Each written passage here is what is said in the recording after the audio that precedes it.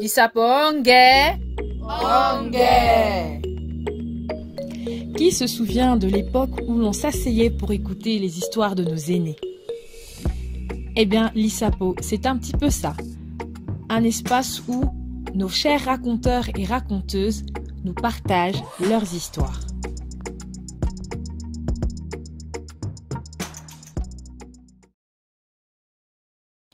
Très chers amis raconteurs et raconteuses, bienvenue dans ce tout premier épisode de l'Isapo. Et pour commencer les choses en beauté, notre première réflexion tournera autour du confinement. Qui dit mois de novembre chez nous dit aussi anniversaire. En tout cas, c'est celui de ma sœur. Malheureusement, cette année, il tombe en plein confinement et on ne pourra pas lui organiser grand-chose. Mais pour rattraper le coup, j'ai décidé de lui faire un gâteau au chocolat dont je vous partage la recette tout au long de cette vidéo.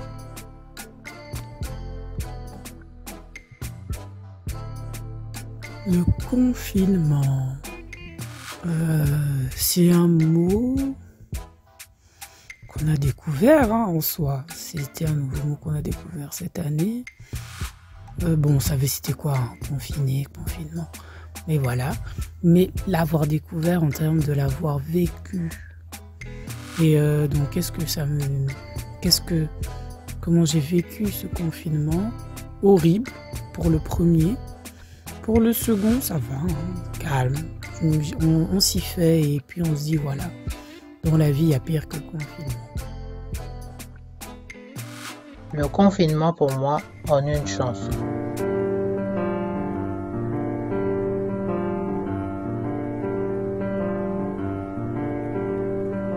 Le confinement, quand reverrai-je mes amis? Le confinement semble durer toute la vie. Ce mot de base me faisait rire. Ça me rappelle un peu les personnes qui aiment trop se prendre au sérieux et qui emploient des mots sophistiqués. Personnellement, le confinement n'a pas été le bienvenu dans ma vie. Bon, tout comme dans la vie de tout le monde. Ça n'a vraiment pas été le bienvenu. Mais bon, on s'en sort, on a fait avec. Je crois que ça ne reviendra plus pour nous. Personnellement, je suis à Kinshasa. Après un temps passé chez moi, c'était plutôt comme être emprisonné.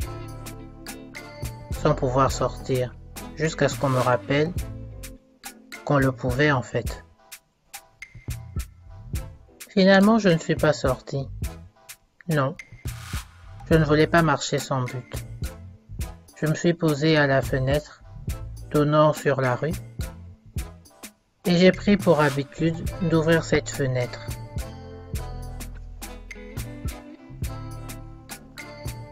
C'était un peu comme vivre l'extérieur, le peu qui en restait.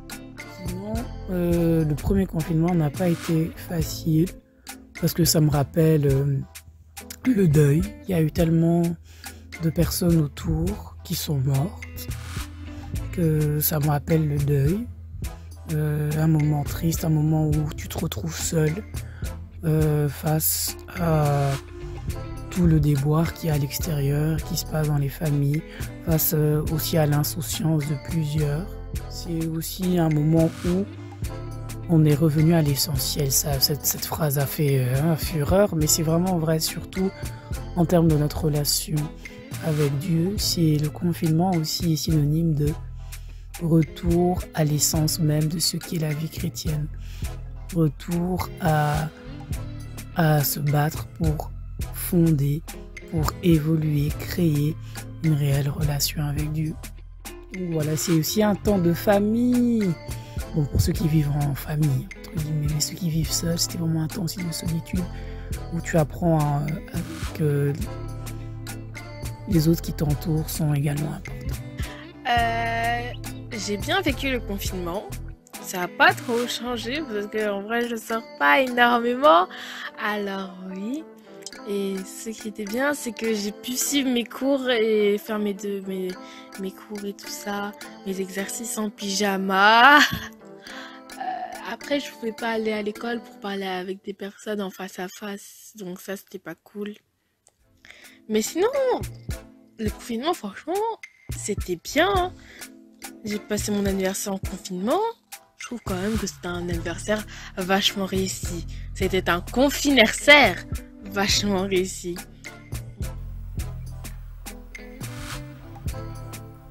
J'avais énormément d'inquiétude.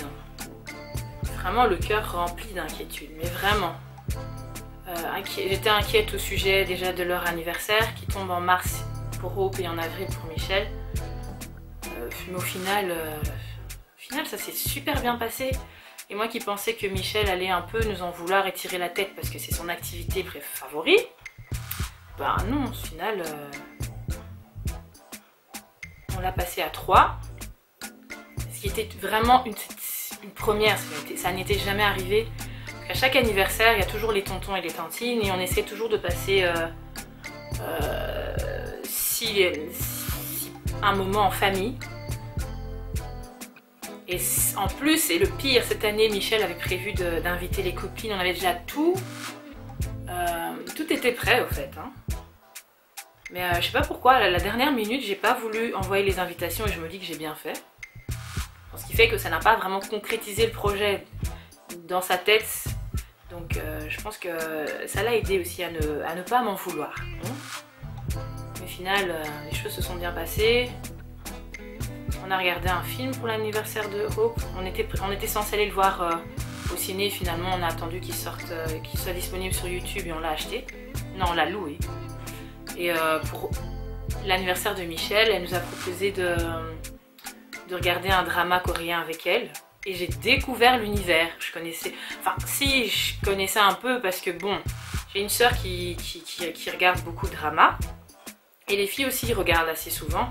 Donc j'en entendais parler, mais c'était pas mon truc. Par contre, le premier drama que j'ai vu était vraiment top. Et je pense que ça a été l'élément qui m'a donné envie de regarder un peu plus, d'aller voir un peu, tiens, comment ça se passe de ce côté. Et depuis, je pense que j'ai déjà regardé une 20aine de dramas. Je suis coupable. Ouais, hein, d'avril à novembre, j'ai déjà regardé une 20aine de dramas. Bravo Didi!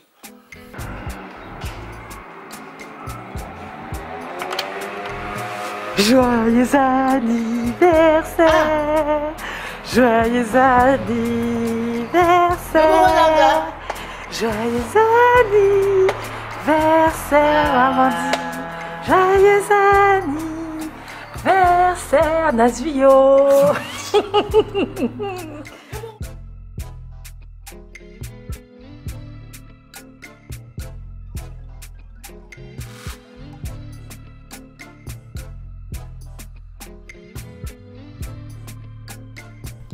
L'ISAPO pour aujourd'hui, c'est fini. On se retrouve bientôt. Bye bye!